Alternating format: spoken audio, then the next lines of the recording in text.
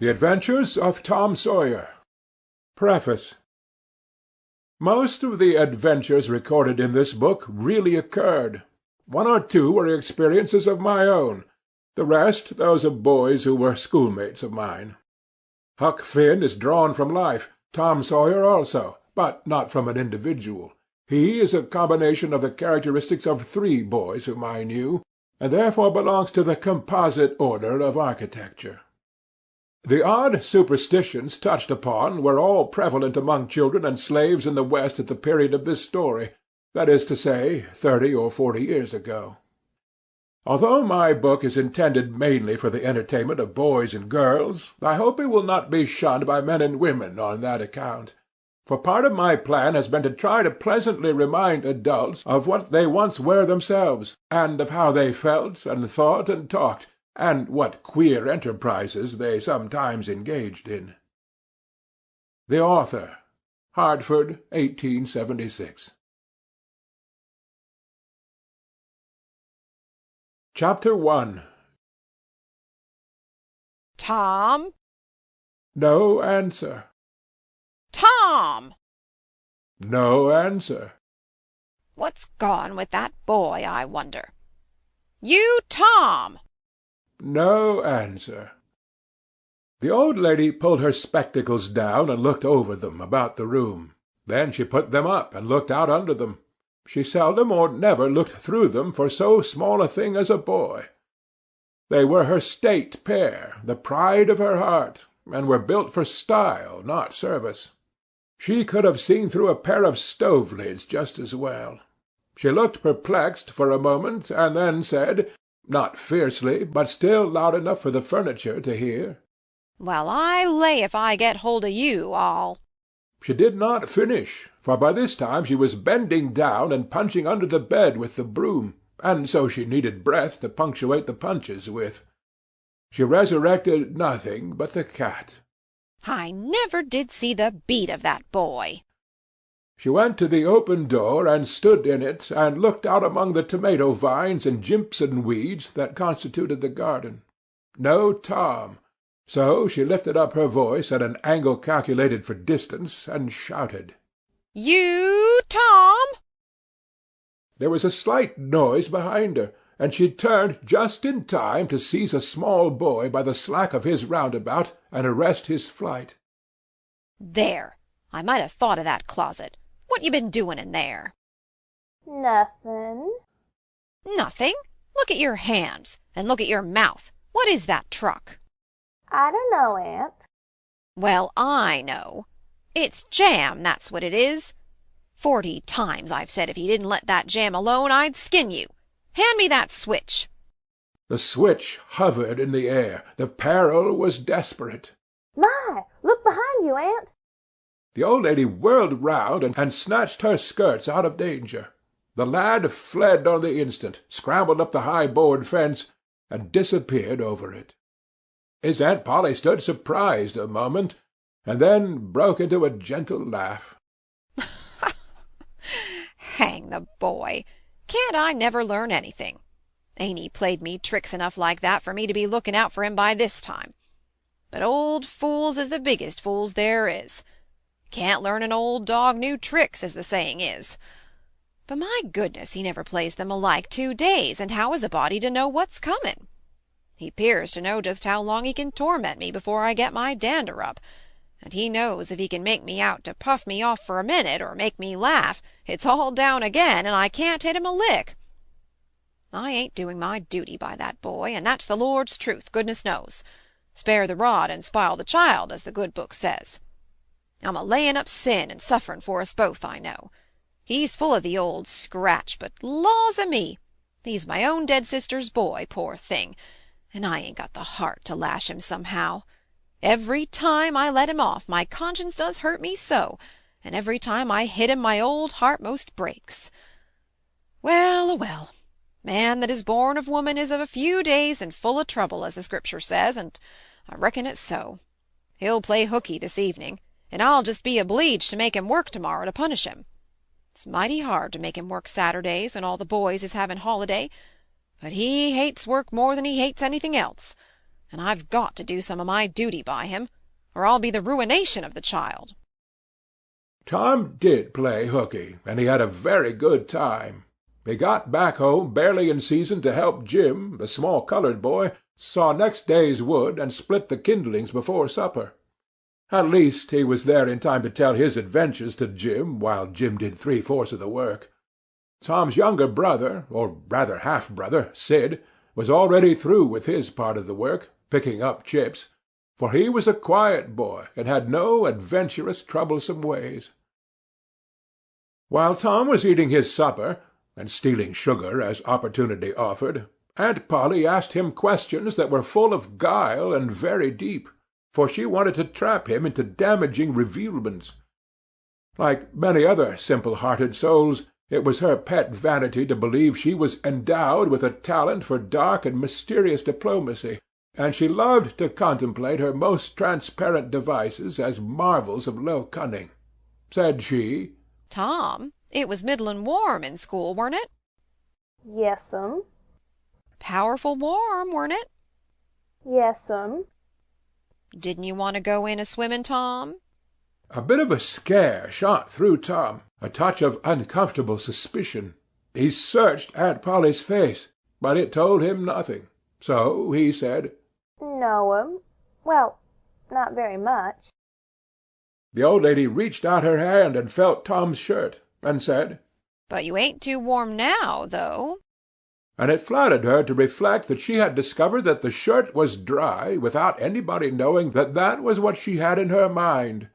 But in spite of her, Tom knew where the wind lay now. So he forestalled what might be the next move. "Some of us pumped on our heads. Mine's damp yet, see?" Aunt Polly was vexed to think she had overlooked that bit of circumstantial evidence and missed a trick. Then she had a new inspiration. "Tom, you didn't have to undo your shirt collar where I sewed it to pump on your head, did you? Unbutton your jacket." The trouble vanished out of Tom's face. He opened his jacket. His shirt collar was securely sewed. "Bother! Well, go along with you. I'd made sure you'd played hookey and been a-swimmin'. But I forgive you, Tom. I reckon you're a kind of a singed cat, as the saying is. Better'n you look. This time." She was half sorry her sagacity had miscarried, and half glad that Tom had stumbled into obedient conduct for once. But Sidney said, "Well, now, if I didn't think you sewed his collar with white thread, but it's black." "Why, I did sew it with white. Tom!" But Tom did not wait for the rest. As he went out at the door, he said, "Siddy, I'll lick you for that." In a safe place, Tom examined 2 large needles which were thrust into the lapels of his jacket, and had thread bound about them. One needle carried white thread, and the other black. He said, "She'd never noticed if it hadn't been for Sid. Confound it, sometimes she sews it with white, and sometimes she sews it with black. I wish to Jiminy she'd stick to one or t'other. I can't keep the run of 'em. But I bet you I'll lamb Sid for that. I'll learn him." He was not the model boy of the village. He knew the model boy very well, though, and he loathed him. Within 2 minutes, or even less, he had forgotten all his troubles. Not because his troubles were one whit less heavy and bitter to him than a man's are to a man, but because a new and powerful interest bore them down and drove them out of his mind for the time, just as men's misfortunes are forgotten in the excitement of new enterprises.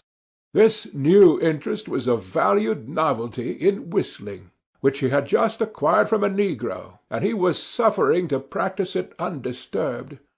It consisted in a peculiar bird-like turn, a sort of liquid warble, produced by touching the tongue to the roof of the mouth at short intervals in the midst of the music. The reader probably remembers how to do it, if he has ever been a boy. Diligence and attention soon gave him the knack of it, and he strode down the street with his mouth full of harmony and his soul full of gratitude. He felt much as an astronomer feels who has discovered a new planet. No doubt, as far as strong, deep, unalloyed pleasure is concerned, the advantage was with the boy, not the astronomer. The summer evenings were long. It was not dark yet. Presently Tom checked his whistle. A stranger was before him, a boy a shade larger than himself. A newcomer of any age or either sex was an impressive curiosity in the poor little shabby village of St. Petersburg. This boy was well dressed, too, well dressed on a week-day. This was simply astounding. His cap was a dainty thing, his close-buttoned blue cloth roundabout was new and natty, and so were the pantaloons. He had shoes on, and it was only Friday. He even wore a necktie, a bright bit of ribbon. He had a citified air about him that ate into Tom's vitals. The more Tom stared at the splendid marvel, the higher he turned up his nose at his finery, and the shabbier and shabbier his own outfit seemed to him to grow. Neither boy spoke. If one moved, the other moved, but only sideways, in a circle. They kept face to face and eye to eye all the time. Finally, Tom said, I can lick you. I'd like to see you try it. Well, I can do it. No, you can't either. Yes, I can. No, you can't. I can. You can't. Can. Can't. An uncomfortable pause. Then Tom said, What's your name? 'Tisn't any of your business, maybe. Well, I allow I'll make it my business. Well, why don't you? If you say much, I will. Much. Much. Much. There now. Oh, you think you're mighty smart, don't you? I could lick you with one hand tied behind me if I wanted to. Well, why don't you do it? You say you can do it. Well, I will if you fool with me. Oh, yes, I've seen whole families in the same fix. Smarty, you think you're some now, don't you? Oh, what a hat.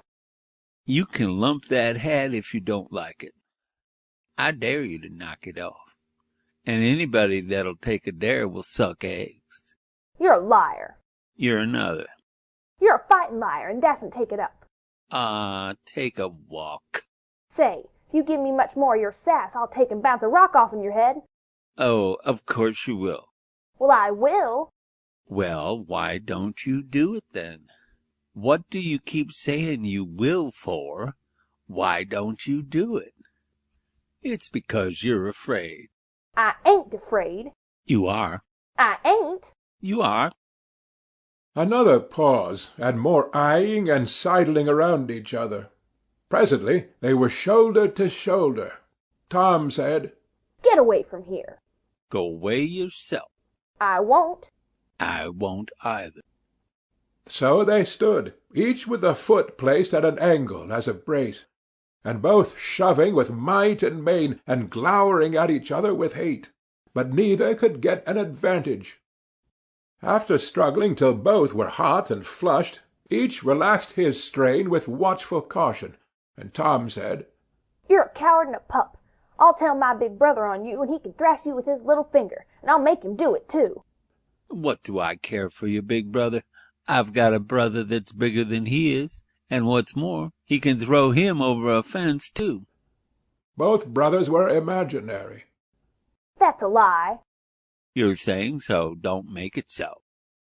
Tom drew a line in the dust with his big toe, and said, I dare you to step over that, and I'll lick you till you can't stand up.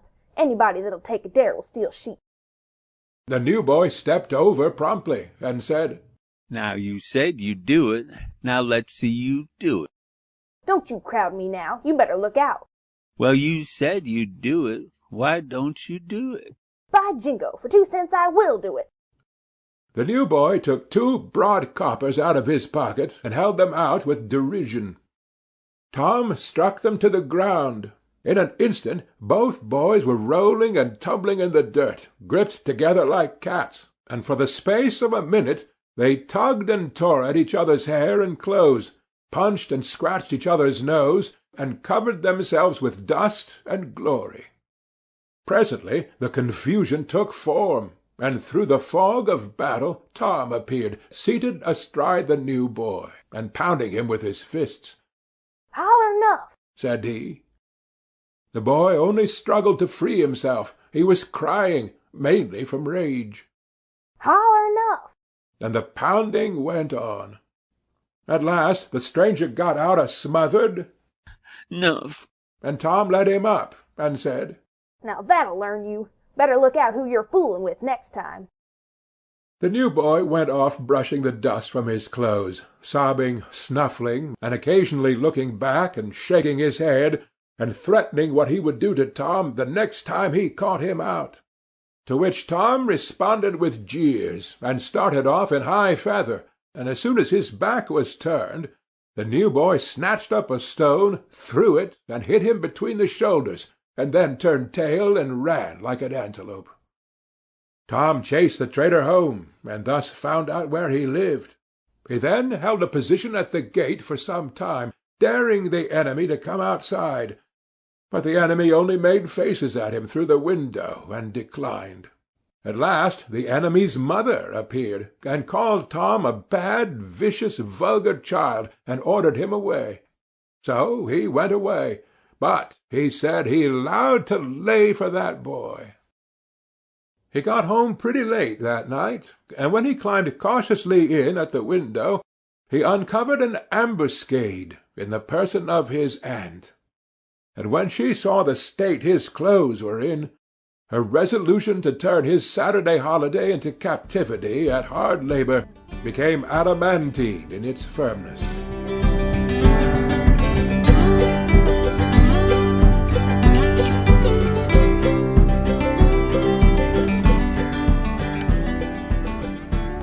In another moment he was flying down the street with his pail in a tingling rear.